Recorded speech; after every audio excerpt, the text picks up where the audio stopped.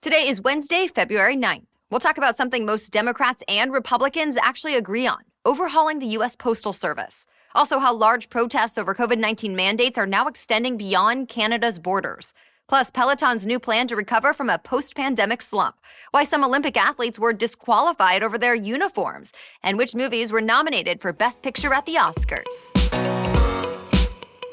Welcome to The Newsworthy. All the day's news in around 10 minutes. Fast, fair, fun, and on the go. I'm Erica Mandy. Thanks so much for being here. You ready? Let's do this. It looks like Congress is on track to pass the most significant overhaul of the Postal Service in nearly 2 decades. The House approved the bipartisan measure yesterday, and it's expected to pass in the Senate next. This bill would end the requirement that says the USPS has to put up the money for healthcare benefits in advance for current and retired workers for the next 75 years. Instead, the Postal Service would pay retirees' actual healthcare costs that are not covered by Medicare. And future retirees would have to enroll in Medicare to take some of the burden off the Postal Service. The bill also forgives a lot of the Postal Service's debt, but it says in return, the USPS has to keep delivering mail 6 days a week. And it would have to set up an online dashboard so people would be able to search by their zip code to know how long it takes to deliver letters and packages. This measure is not only supported by most members of Congress, but also by President Biden, the Postal Service, postal worker unions, and more.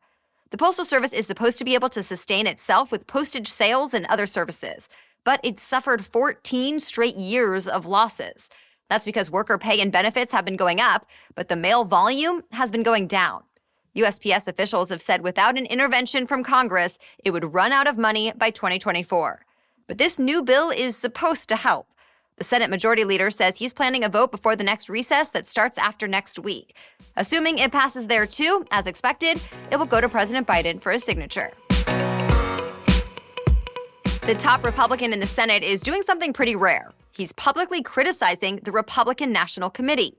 It's because last week, the RNC censured 2 GOP lawmakers for investigating the Capitol riot.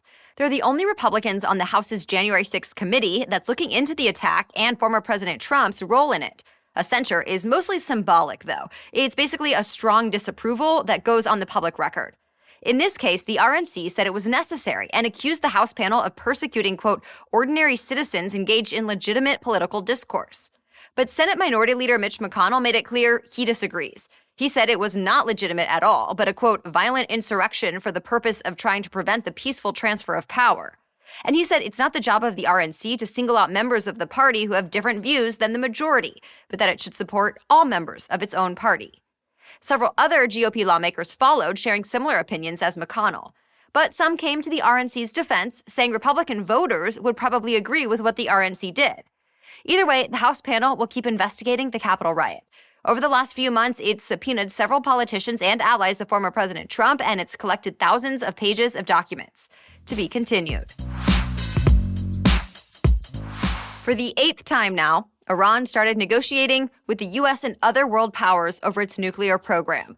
Officials from several large countries, including the U.S., basically just want to keep Iran from building nuclear weapons. But there are still some sticking points, like how the world will verify Iran is holding up its end of the agreement by slowing down the production of nuclear material. Also, how much relief Iran will get from punishing sanctions that have been in place for years. Some sign of movement came last week when the Biden administration brought back a sanctions waiver the Trump administration had cut. It lets other countries cooperate with Iran on civil nuclear projects. The U.S. now hopes the waiver will help the talks. Iran welcomed the development but also called it insufficient. Officials tell the AP the negotiations are reaching their final stage, but it's not clear exactly how long they may take. The Canadian trucker protests we've been telling you about are now expanding, and it's possible they could end up hurting trade between the U.S. and Canada. This week, protesters stopped traffic in both directions on the Ambassador Bridge from Ontario to Detroit. That's the busiest international land border crossing in North America. Remember, these protesters are calling for governments to end COVID-19 policies, especially the ones that call for people to be vaccinated. Eventually, the bridge was able to reopen yesterday, but traffic was moving much slower than usual, even throughout the Detroit area. And most commercial vehicles traveling between the U.S. and Canada were diverted to a different route. Police officers did issue some tickets and talked with protesters, but it's not clear how long their demonstration will continue. Meanwhile, many more protesters are still in Canada's capital of Ottawa, clogging traffic there, too. And there's also a group who blocked access to a border crossing in Western Canada this week that connects Alberta to Montana. About 80 criminal investigations have been opened related to these protests. Some 24 people have been arrested, and there has been concerns about some extremist or hateful rhetoric coming from certain groups at the rallies. But thousands of other demonstrators have been peaceful. The Biden administration says it's now in contact with its counterparts in Canada. So far, though, the White House has not commented to say what might be done about it. More news is still coming up, but first, a quick break for our sponsor. There are certain times of the year that cause me to reflect more than usual, and the new year is one of those times. I think talking with a therapist is one of the best ways to figure out what, big or small, may be holding me back from being my happiest and reaching my goals. And BetterHelp makes it more convenient than ever. BetterHelp will assess your needs and match you with your own licensed professional therapist. Then you can start communicating in under 24 hours, and you can send your counselor a message anytime. Of course, you always connect in a safe and private online environment. The service is available for clients worldwide. It's not self-help, it's professional counseling that is both convenient and affordable. I want you to start living a happier life today. As a listener, you'll get 10% off your first month by visiting betterhelp.com/newsworthy.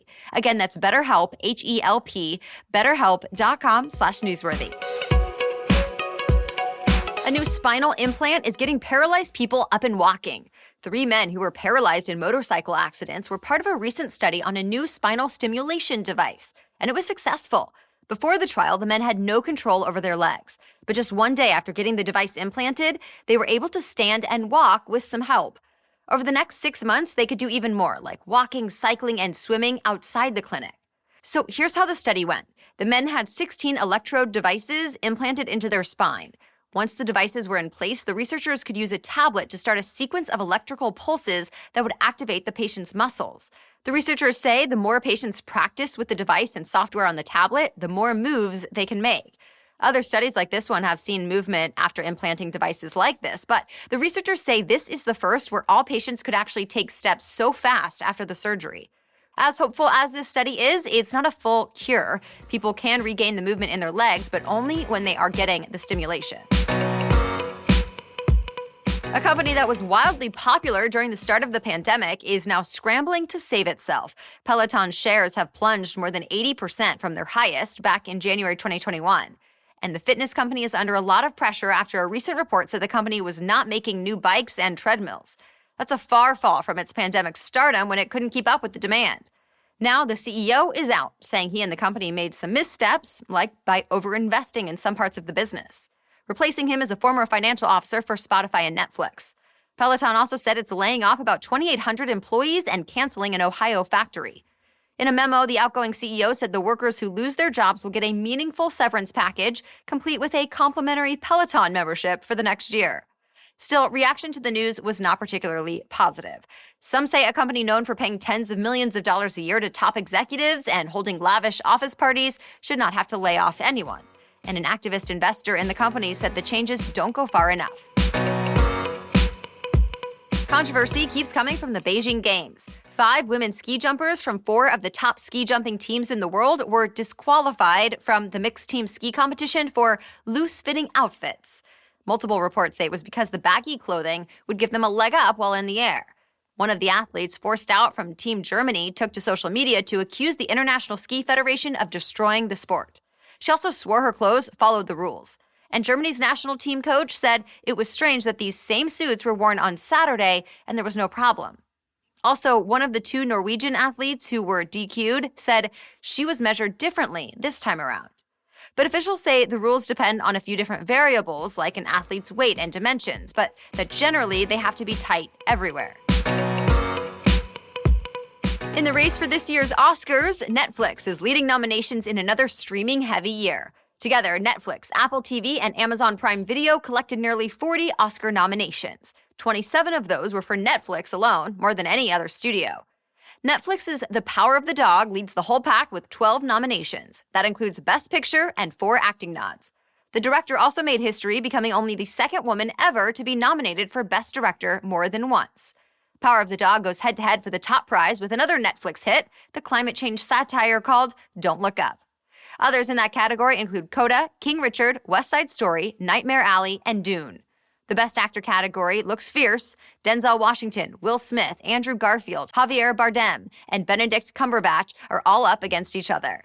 And for Best Actress, nominations went to leading ladies Jessica Chastain, Kristen Stewart, Penelope Cruz, Olivia Colman, and Nicole Kidman. Beyoncé even scored her first Oscar nomination for Original Song in King Richard. You can catch the 94th Academy Awards on ABC on March 27th. For the first time in 4 years, the Oscars will actually have a host, but we don't know who it will be just yet. Stay tuned. And that's it for the main news today, so now it's time for Work Wednesday, when we break down one interesting career or work-related news story every Wednesday. But first, a message from our sponsor. I always look forward to getting a new KiwiCo crate at my door for my son Dax. KiwiCo does the legwork for us parents, so we don't need to spend our time researching what to buy and if it's safe and age-appropriate, but instead we can enjoy super fun hands-on projects with our children. Because with KiwiCo, each crate is made for your child's age and development, and there's something for all ages. Some of our baby's favorite toys are from the KiwiCo crates that we've gotten so far, and I'm really excited for him to do more projects as he gets older. If you're not familiar already, KiwiCo delivers enriching hands-on experiences that'll spark curiosity and inspire creativity. Kids can discover the engineering and mechanics behind everyday objects, the science and chemistry of cooking, geography and culture from new cultures, and brand new art and design techniques, and more. Older kids, like my niece, also love getting something in the mail that is just for them. Redefine learning with play. Explore hands-on projects that build creative confidence and problem-solving skills with KiwiCo. Get 50% off your first month plus free shipping on any crate line with the code newsworthy at kiwico.com. That's 50% off your first month at KIWICO, kiwico.com with the promo code newsworthy. Okay, now back to Work Wednesday. If you're looking for a new job this new year, you may want to start your search in a few specific cities. Job site Glassdoor put out its list of 100 best places to work in 2022, and it found a few metro areas had more companies on that list than any others, like the San Francisco Bay Area in California. Companies headquartered in the Bay Area dominated Glassdoor's ranking of the best places to work, snatching up 30 spots, including the top spot, which went to the company NVIDIA. Other top areas are New York, Boston, and LA. In reviews, people praised companies in those cities for perks like their flexible work environments, good benefits, and access to leadership positions. Glassdoor says it scoured millions of employee reviews about companies submitted from October 2020 to October 2021 to come up with the list of the best 100. Its CEO says the most common metros on the list were where tech companies are doing well. He says it's partly because tech companies have seen big growth while people rely on technology during the pandemic. All right, thank you so much for joining us as part of your daily routine. We'll catch you up on more news to know tomorrow. Until then, have a great day.